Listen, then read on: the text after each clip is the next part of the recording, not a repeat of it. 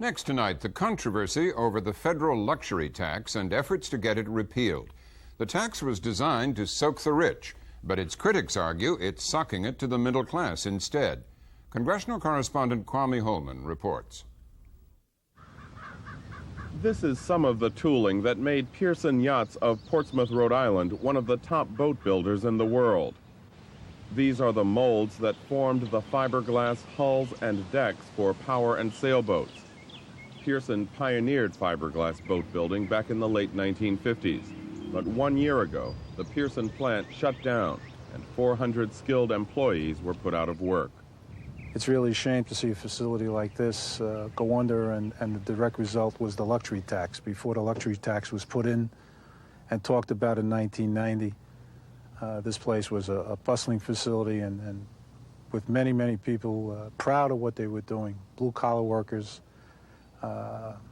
electricians, carpenters, fiberglass people, painters, all here making these boats that everybody would be proud of. Just up the road in Bristol, boat builder Walter Schultz walks through what's left of the Bristol Yacht Company. There were people that were working in this facility, this Bristol Yachts facility, who had been working here for 27 years. They were here from day one, all right, and we're here at the end. I mean, 27 years of their life they put into this. These are not, people that go to work with a suit and tie. These are people who make things with their hands. These are craftsmen. These are people that really cared about what they were doing. And they knew that they could compete with anybody, all right? I mean, we watched the Japanese in automobiles, but they knew right here that they were doing good. And they were doing good. They were doing real good. Modern American boat building began in Bristol, and this part of the country prides itself on turning out some of the best performing boats found anywhere. But the dozen or so small entrepreneurial companies that still build customized yachts are barely surviving, and over the last 2 years, several have closed.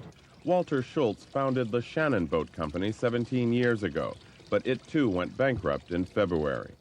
American boat builders, manufacturers were able to still dominate. We were able to compete head-to-head in terms of price. We were able to compete head-to-head in terms of technology.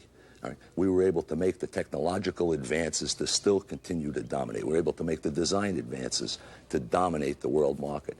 And that existed, by the way, right up until last year. I mean, and then it vaporized. The luxury tax grew out of protracted budget battles between Congress and the White House in 1990. It placed a 10% excise tax on so-called luxury items, such as cars that cost more than $30,000, jewelry and furs that cost more than $10,000, private aircraft more than $250,000, and private boats that cost more than $100,000. John Breaux of Louisiana is a member of the Senate's Tax Writing Finance Committee. I think the principle behind it, however, was that if we were going to tax working men and women in this country through the excise taxes on beer and wine and cigarettes, taxes that hit working middle-income people, that somehow there should have been an offset. And the idea came about that the offset would be, let's tax luxury items that very wealthy people buy. Let's tax jewelry and furs and yachts. The tax was only a small part of a massive budget package that was rushed through Congress and approved with little debate and no public hearings on how it would work. But it didn't take long for Congress to discover the luxury tax had one major shortcoming. Wealthy people have simply not bought the products, or they've bought them overseas, thereby avoiding the tax. Sales of expensive boats, already hurt by the recession, began to plummet. Boat builders from Maine to Florida, from Washington State to Texas, began laying off workers, as many as 30,000 nationwide since the tax first took effect 18 months ago. Now, it's no question that the economy has hurt the boat building business, but I think that they were just barely treading water. And what Congress did was come up and kind of put our foot on top of their heads and just shove them under the waterline. And as a result, they really are drowning. Alden Yachts, however, has managed to stay afloat. Alden is world-renowned for building the very best in customized boats. This recently completed 54-foot sailing yacht has been outfitted for a family of 4 to take a 5-year cruise around the world. It includes master stateroom and bunk beds in separate compartments for the children. fully equipped kitchen, the latest in navigational electronics including satellite weather information, VCR, and a washer-dryer. It carries a price tag of $1.2 million. Alden, which during good times only builds about 8 boats a year, considers itself lucky to have 5 boats currently on order. 2 are foreign purchases. It's enough to occupy some of the workers through next year, but others have already been laid off. Once Alden builds a boat, it gives it a sea trial on Rhode Island's Narragansett Bay. Company president Dave McFarland still takes one out himself every once in a while. But his concern over the luxury tax is never far away. McFarland says the drop in boat sales means states lose sales tax revenues and the federal government ends up paying more for unemployment. To give you an example of some of the numbers, a company like ours, that's a small company, if you look at approximately, say, 35 or so people laid off, at about, say, $265 to $310 a week in unemployment. If you add that up, it comes to about $500,000. So in addition to the states not getting in the luxury, getting in the sales tax, and the federal government not getting in the luxury tax, just on our little shop, they're paying out $500,000 in unemployment. Opponents of the luxury tax also point to an impact beyond boat building. They point to the people who service the boats. Ken Kubik, legislative director for the Rhode Island Marine Trade Association, also operates the East Passage Marina on Narragansett Bay. After a boat was built and we launched it here, after it was tried by the manufacturer, the owner would come down and try it out and maybe spend a month, visit the hotels, visit Newport, visit the restaurants. All that business is gone to the area. And here specifically, we used to do close to $400,000 worth of launching and christening work for these manufacturers, and that just dried up to nothing. And if you look at the relationship, $35,000 is basically a full-time job for an employee. And we had to lay off 10 employees. We drastically had to cut our staff to survive. But Robert McIntyre from the Washington-based group Citizens for Tax Fairness scoffs at arguments that the luxury tax has devastated the boat-building industry.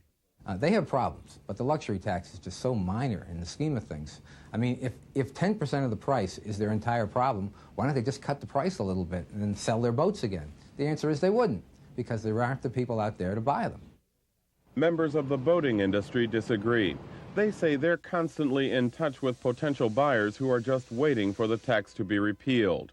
Boat builder Walter Schultz says buyers are reluctant because the 10% luxury tax, like Rhode Island's 7% sales tax, has to be paid up front.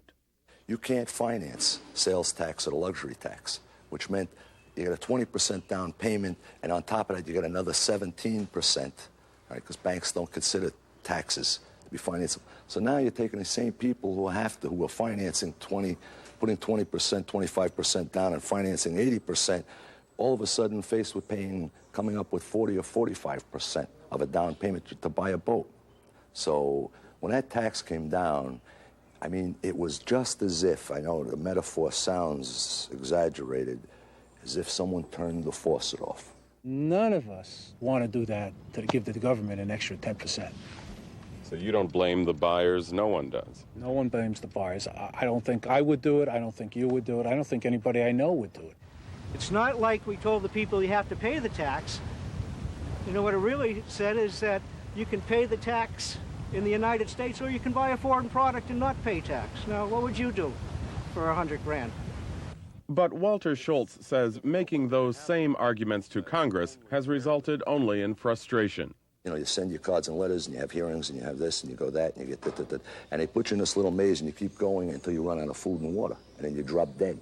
You get glad-handed, you get patted on the back, people shake your hands, people will jump in front of television cameras to say, hey, I'm all for the, marine industry. And then the next thing you know, does it lunch? Okay, let's go. That's enough of that. And a year and a half goes by. Unemployment is running out. deficits climbing, local economies are going down the tubes, and here we still stand. Most members of Congress and the president seem to have gotten the message that the luxury tax, for the most part, hasn't worked. Legislation to repeal the tax was included in both Republican and Democratic versions of major tax bills considered in March.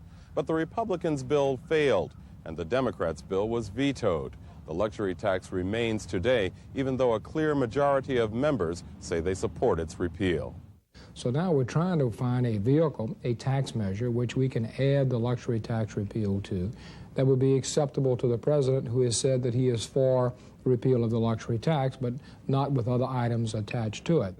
2 weeks ago, Breaux succeeded in attaching a repeal of the luxury tax to a series of tax changes approved by the Senate Finance Committee. Similar legislation passed through the House Ways and Means Committee, but Democrats did not include some capital gains tax exemptions requested by President Bush. That might be enough to trigger another presidential veto, effectively killing any chance of repealing the luxury tax until next year. That is not good news for Walter Schultz. Schultz recently received orders for 2 small boats and is renting space at the old Bristol plant to build them. And within the past few weeks, with the help of some private investors, Schultz began the long process of buying back the Shannon Boat Company from the bank, a measure of his hope the boat building industry can be revived. He says it's critical that Congress act now. Because if it doesn't, and we're in an election year, it's not going to happen for another year. Come September is the selling season. If this tax is not repealed before then, I don't know what's going to be left of this industry.